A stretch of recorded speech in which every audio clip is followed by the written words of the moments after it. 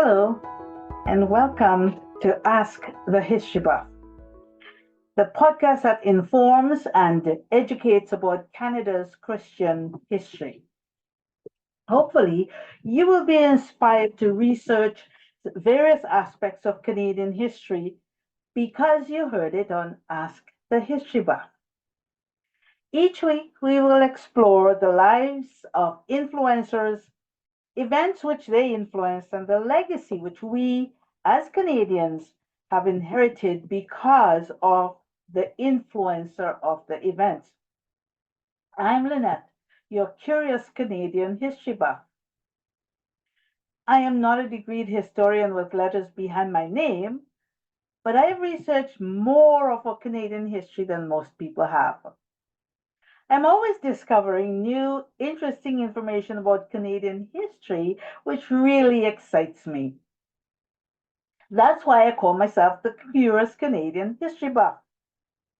I hope you will be encouraged to Google people's names and events surrounding them like I do to understand the impact that they have had on our society. And even when you Google something that you heard on Ask the History Buff, don't forget to follow the rabbit trails.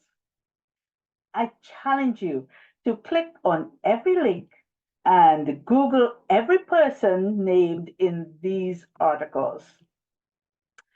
And for Canadian Christian listeners, I encourage you to live like a Berean by searching out everything you hear. And that is a practice that you could read about in Acts chapter 10, verse 17. So go read that. And if you're just too busy to search, then ask the history buff. Chances are I may have the answers. And if I don't, I will look for the answers and get back to you. Feel free to challenge anything that I've said on Ask the History Buff. And send those questions in to info@christianrootscanada.org. You may teach me something that I didn't know before. And don't forget to hit the subscribe button and to like and share this podcast. And for the month of August, we will be looking at some of the Christians and that are celebrated in various cities on the first Monday of August every year. Today, we will tell you about the person that is celebrated in Burlington.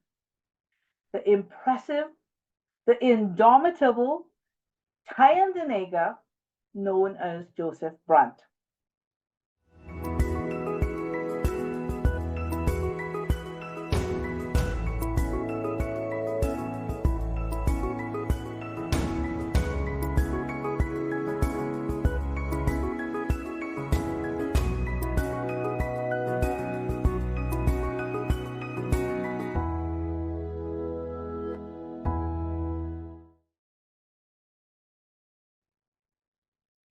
Now, the relationship between the US and Canada has not always been amiable or amicable.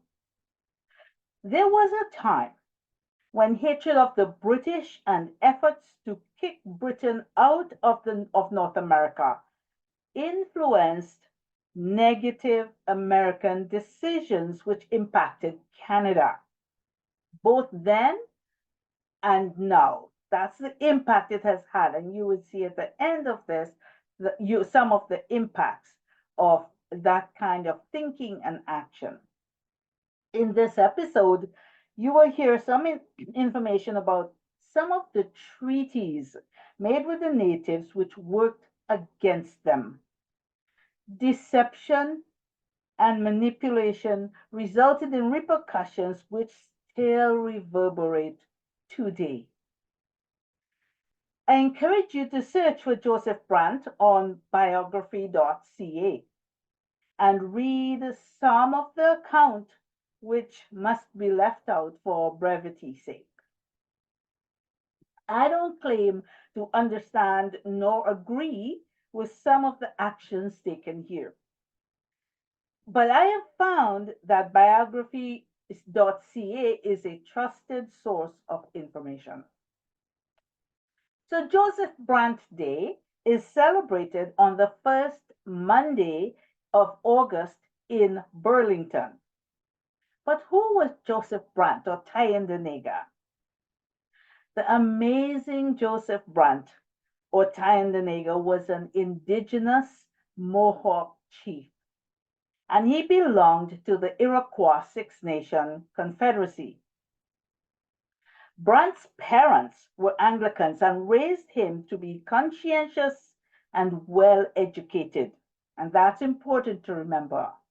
He received his education from Moore's Indian Charity School, the parent institution of Dartmouth College, a university and liberal arts college in Hanover, New Hampshire, in the United States. Because he learned to speak, read, and write English fluently, he was an asset to the Anglican Church, translating the Anglican Catechism and the Gospel of Mark into the Mohawk language. He was a leader, a soldier, a farmer, an entrepreneur, and most of all, an influencer. He influenced 4 of the 6 Iroquois tribes to throw their lot in with Britain and not with the patriots in the American War of Independence. As a result, he saved many natives from the harsh realities which they otherwise would have experienced in native reserves in the United States as the United States expanded westwards. That was after their independence from Britain. Brant secured a tract of land 6 miles wide on each side of the Grand River in Upper Canada, which is in southern Ontario, and he secured that land for his loyalist followers.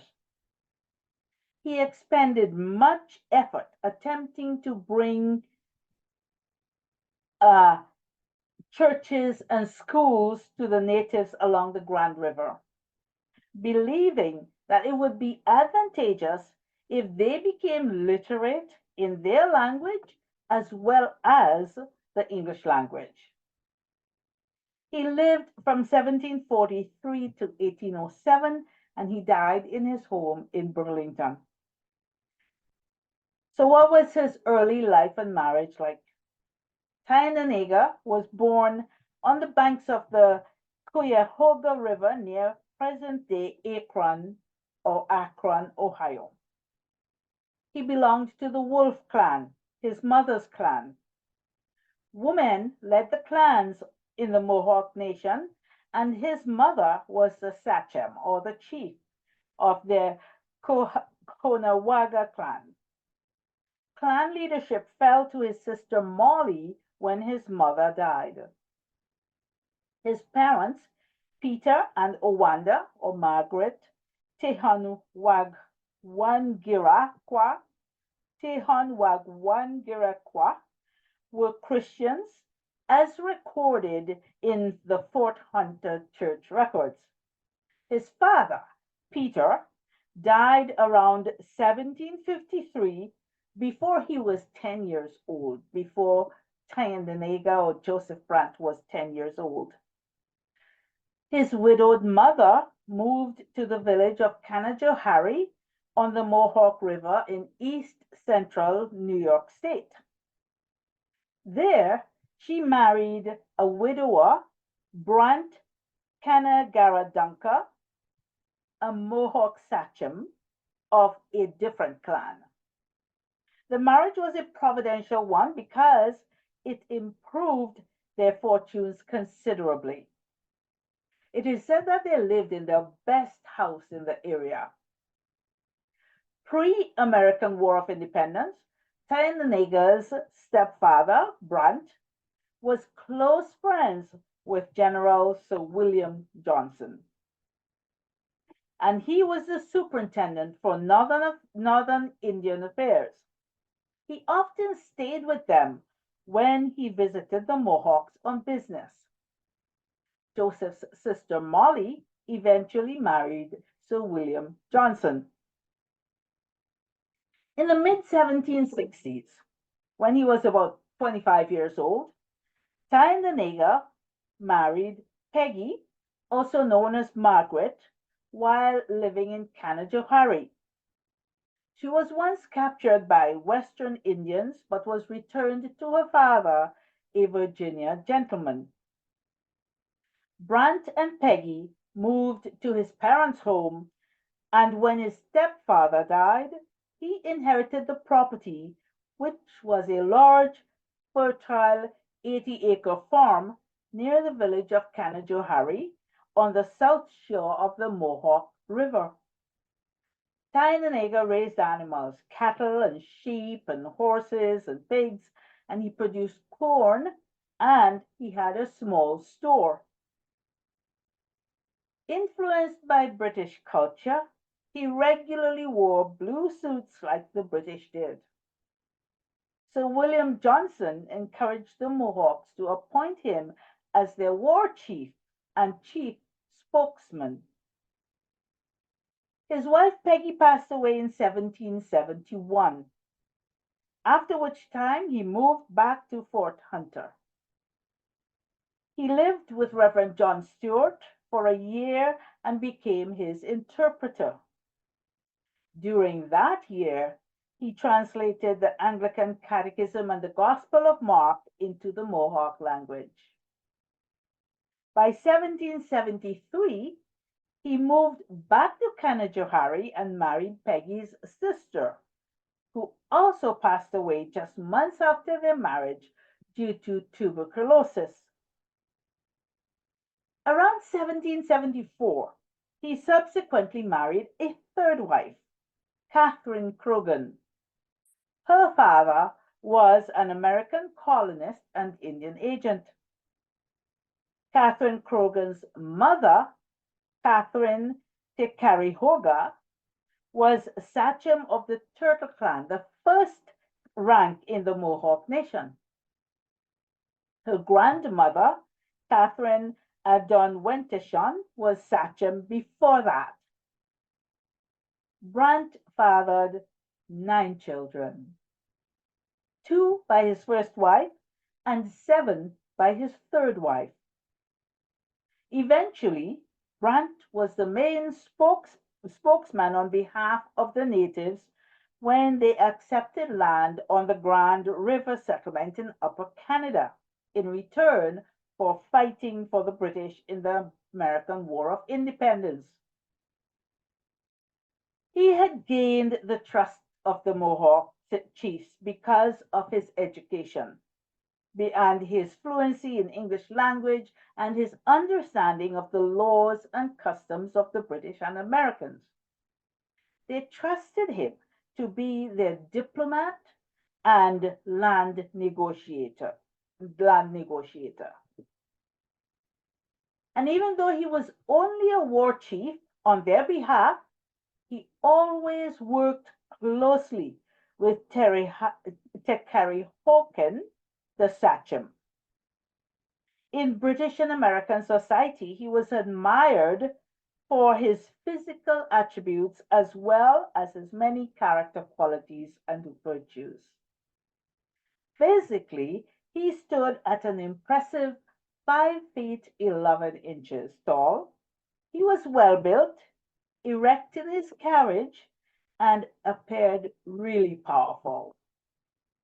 Character-wise, his temperament was amiable, he was quick-witted, and he conducted himself with great intellectual ability, civility, and dignity.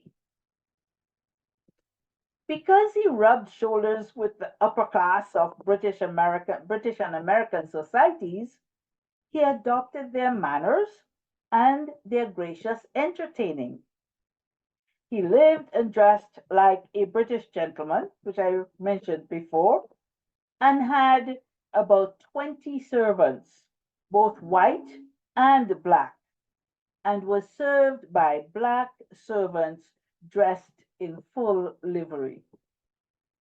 In 1795, after securing a large tract of land, 3,500 acres from the Mississaugas near Burlington Bay, it was called Hamilton Harbor at the time, he built a house and moved there. And that's why Burlington celebrates Joseph Brant's Day, the first Monday of August, and Joseph Brant, Thayendanegea.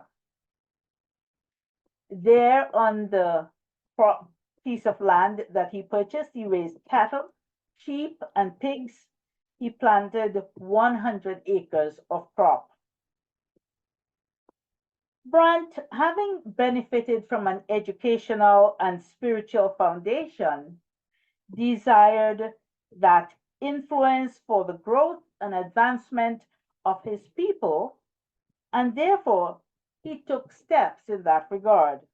For example, during the War of American Independence, he supplied a Mohawk settlement near Fort Niagara with a schoolmaster and had a little log chapel built near present-day Lewiston, New York.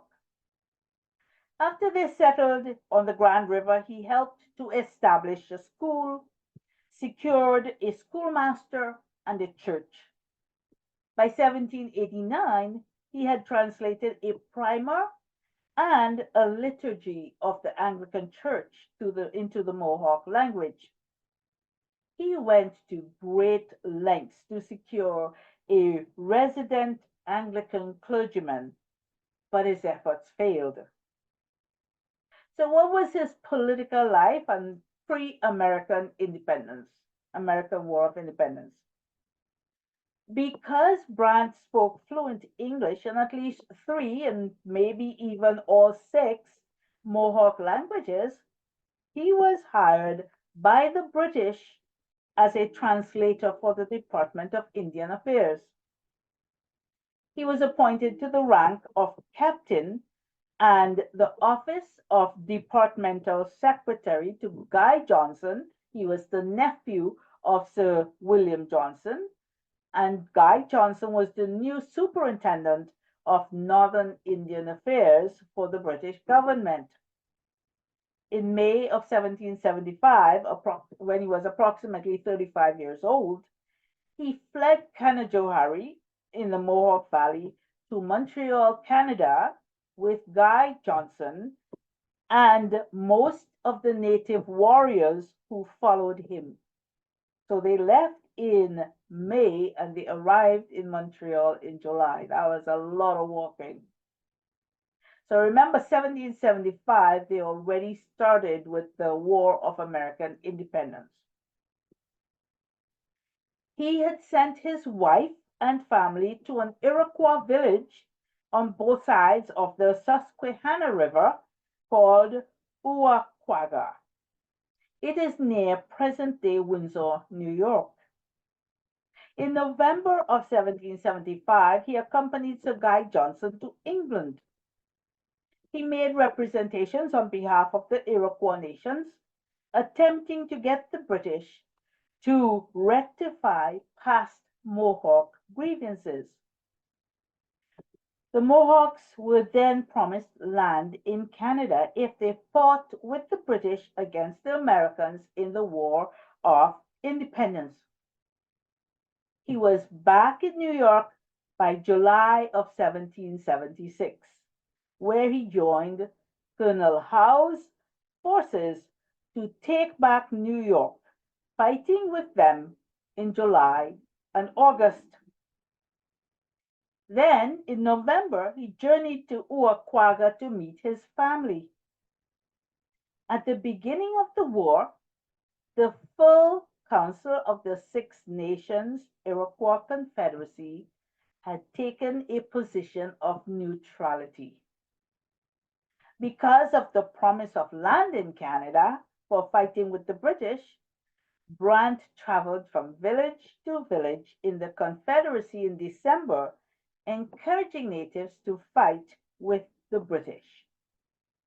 The Six Nations Iroquois Confederacy, also called Haudenosaunee, included the Mohawks, Senecas, Oneidas, Cayugas, Onondagas, and Tuscaroras, and they inhabited upstate New York and fought alongside the British in the French Indian Wars.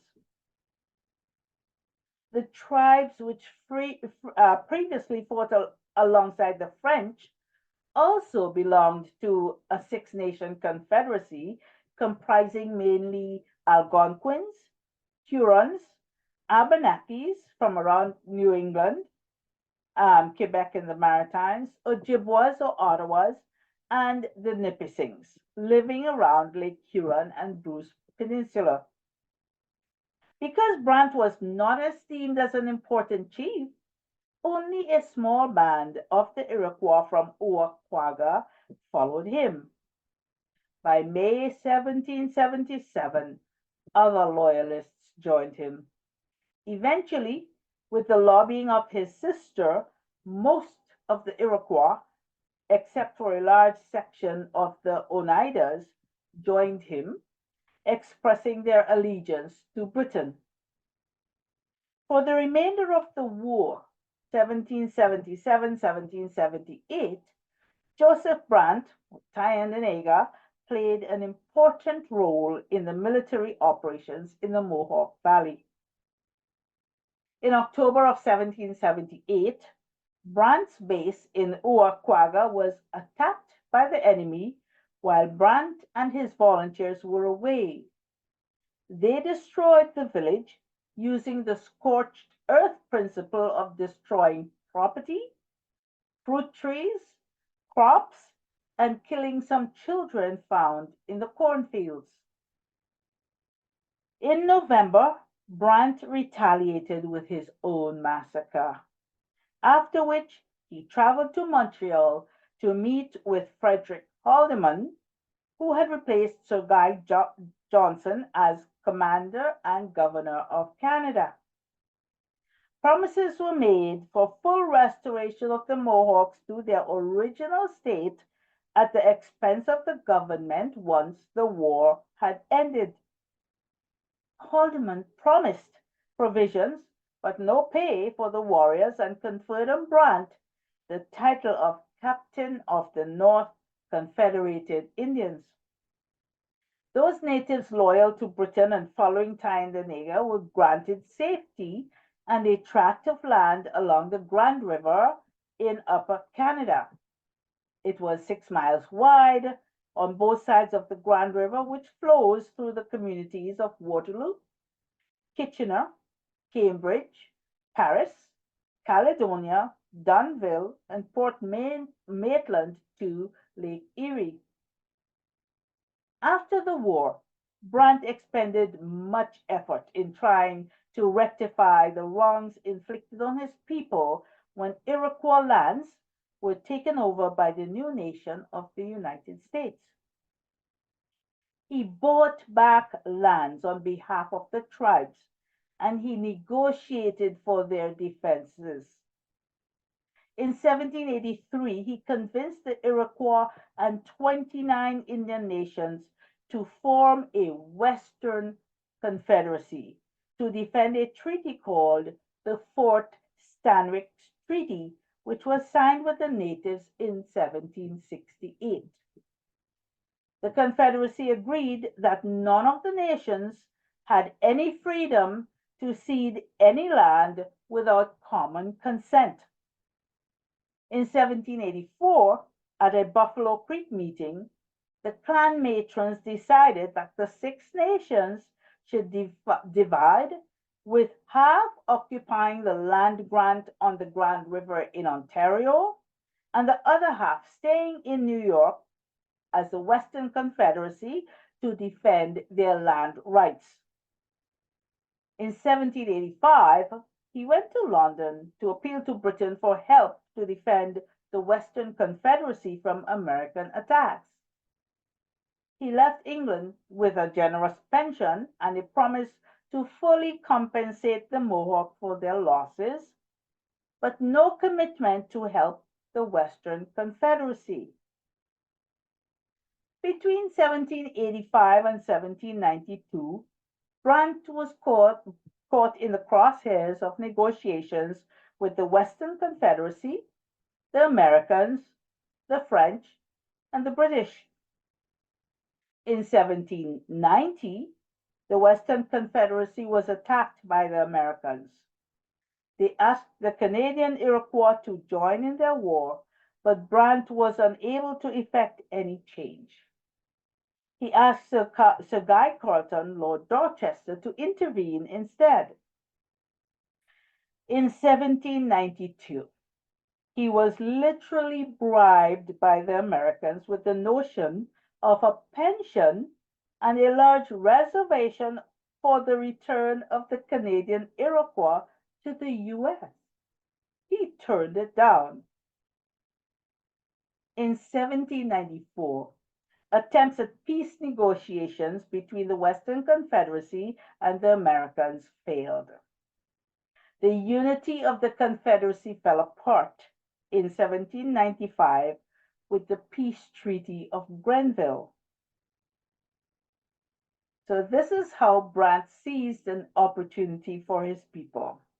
In 1797, at a meeting between the US government, the British minister, and Brant, he assured the US that he would never take up a tomahawk at the Americans. However, Britain was at war with France and Spain. In a visit with the French minister, Brant made it known that he and his Mohawks would be willing to assist the French in a revolution to overthrow the British in Canada. See what he did? The British were afraid of the French attacking with the help of the Mohawks. The British administrator, Peter Russell, was told to do everything to keep the natives on their land and to appease Brant. He was given the land grants he had applied for but had not received, after which he declared that he and his men would defend the king with their very last breath. So he was very astute.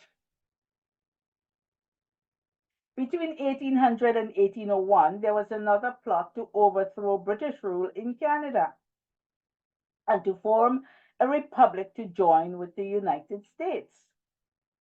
In January 1802, the Executive Council of Upper Canada learned of this plot, hatched by American Vice President Aaron Burr and Governor George Clinton of New York. Nothing came of this threat, though. Joseph Brant died in 1807. In 1850, his remains were carried on the shoulders of young men of the Grand River in relay fashion to be interred at the tomb of Her Majesty's Chapel of the Mohawks in Brantford. So who were the influencers from this episode that need taking a second look at? Joseph Brant or Thayendanegea, General Sir William Johnson, his brother-in-law, Reverend John Stuart, Guy Johnson, nephew of Sir William Johnson, Frederick Haldimand, who had replaced Sir Guy Johnson as commander and governor of Canada. And what were the main events? Well, the main events were the American War of Independence and the Haldimand purchase of the Mississauga lands for the natives.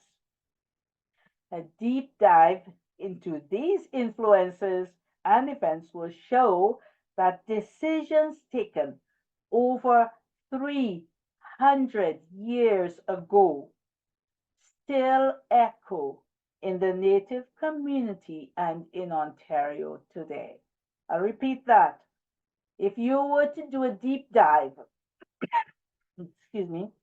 into these influencers and events, that it will show you that the decisions taken over 300 100 years ago still echo in the Native communities and in Ontario today in 2024.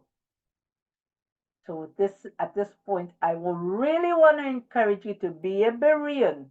Research these people and events for yourself. In our next episode, we will examine the legacy left by Colonel John By. The first Monday in August, Ottawa celebrates John By Day. If you want to learn more about Canada's Christian roots, then check out our website at www.christianrootscanada.org. And if you want to watch the video recording of this episode and other episodes that have gone before, then go to christianrootscanada.org/articles. Or you can find Christian Roots Canada on YouTube and Rumble.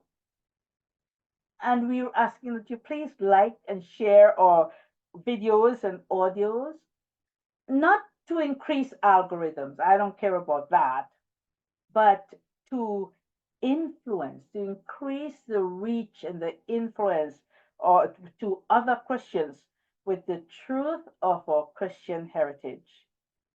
You can listen to our podcast, to the audio version of this podcast at christianrootscanada.podbean, that's podbean.com.